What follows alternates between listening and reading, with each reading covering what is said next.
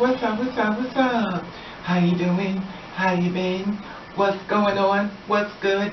Oh, you getting it in? Somebody's getting it for you. What's good, people? Woo, what's good, people? It's a day of another day. We lost another one of our sisters.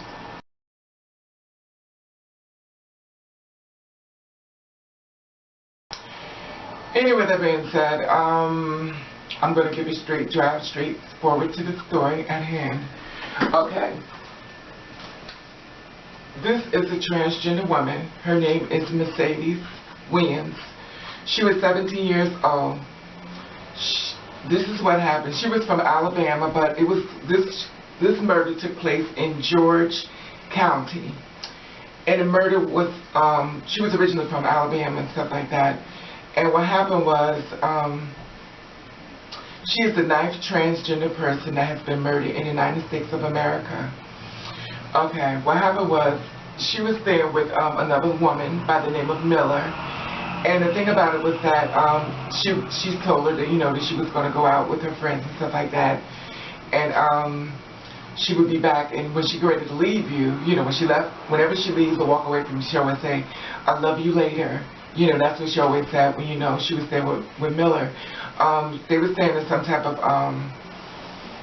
those houses, and she slept on the couch in the front, and, Miller stayed in the back, and they were really close and stuff like that, and she considered her daughter, and they were very close bonded. Well, this is what happened. She went out, and Miller's son, according to the Sun Herald, seen her get into a silver car. Now, the silver car was from a guy by the name of Josh Brandon Valley. So, he was actually 28 years old.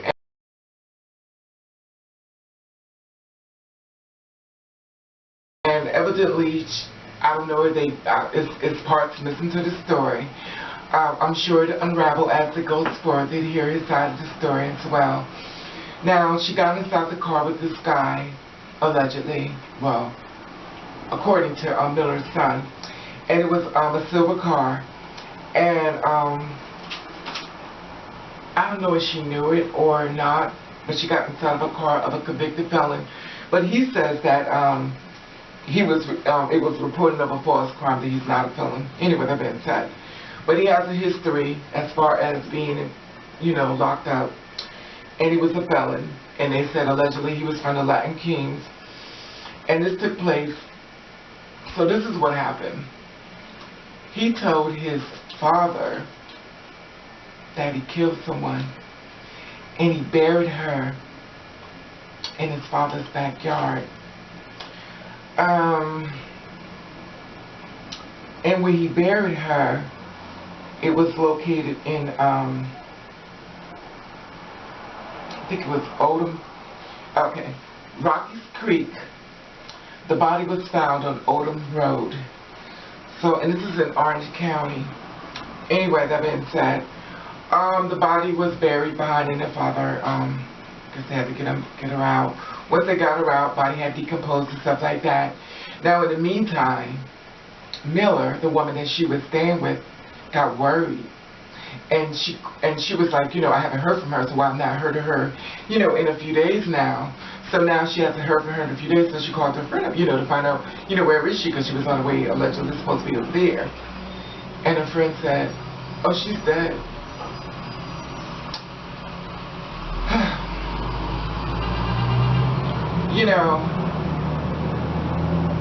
That speaks volumes right there to me.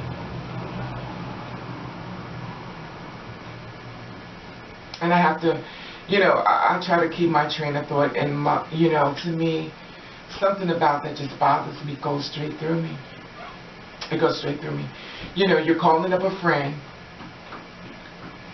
and I'm assuming, which may not be the truth, that she had the phone number to call where she was staying, to let the woman know, we have a problem. Somebody killed this girl. Mercedes is dead. But it had been on for several days, and she didn't know.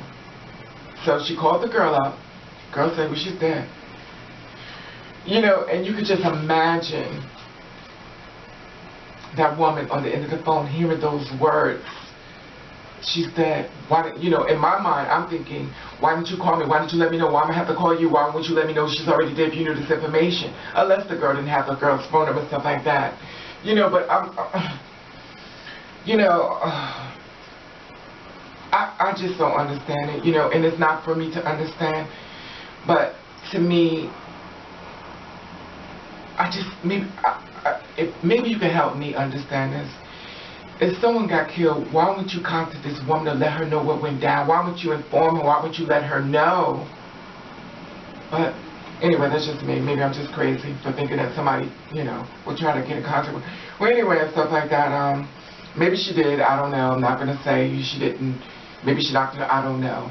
I'm just, you know, I just find it weird how someone's calling. Anyway, the guy named Mr. Johnson. He remains behind bars on a $1 million bail and stuff like that. And it's so many unanswered questions, you know, because people want to know why. They want to know why. And here's a picture of the girl that was murdered.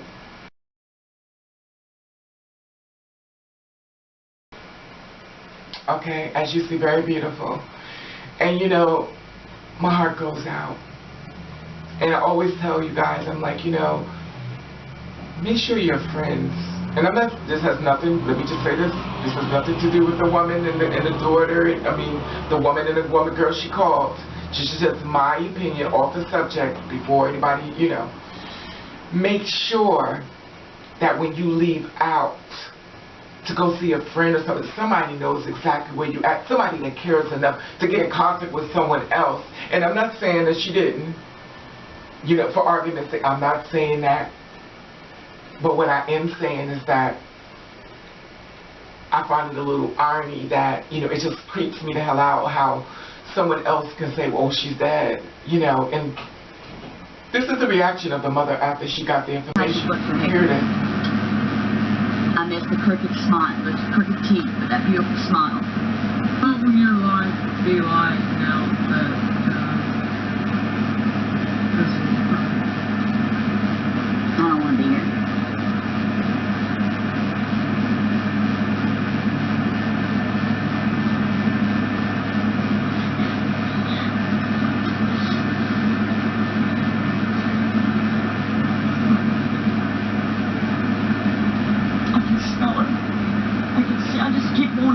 The door. I'll never have nobody like her again.